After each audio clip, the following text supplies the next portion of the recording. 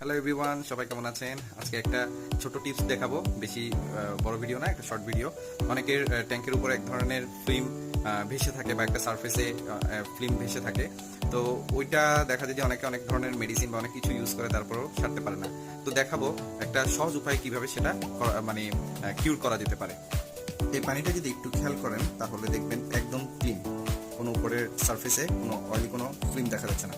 But এটাতে যদি একটু খেয়াল করেন দেখবেন যে পানিটা গোলা এবং একটা অয়েলি ফিল্ম দেখা যাচ্ছে। এটা হচ্ছে একেবারে ওই সারফেসে থেকে থাকে। তো এটার মূল রহস্য কি এবং এটা কিভাবে রিমুভ করবেন, তাহলে সহজেই সেটার উত্তর দিচ্ছি। এই ট্যাঙ্কটিতে রয়েছে অ্যাসাসিন স্মেল। এরা আসলে সেই উপরের সারফেসের যে অয়েলি ফিল্মটা রয়েছে সেটা খায় না।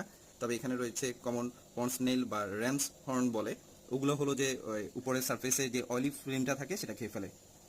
তাই একেবারে পন্ড স্নেল বা র্যামসন যে স্নেলগুলো রয়েছে সেগুলোকে একেবারে ট্যাঙ্ক থেকে রিমুভ না করে তাদেরকে রেখে দিন এবং ন্যাচারালি আপনার যেই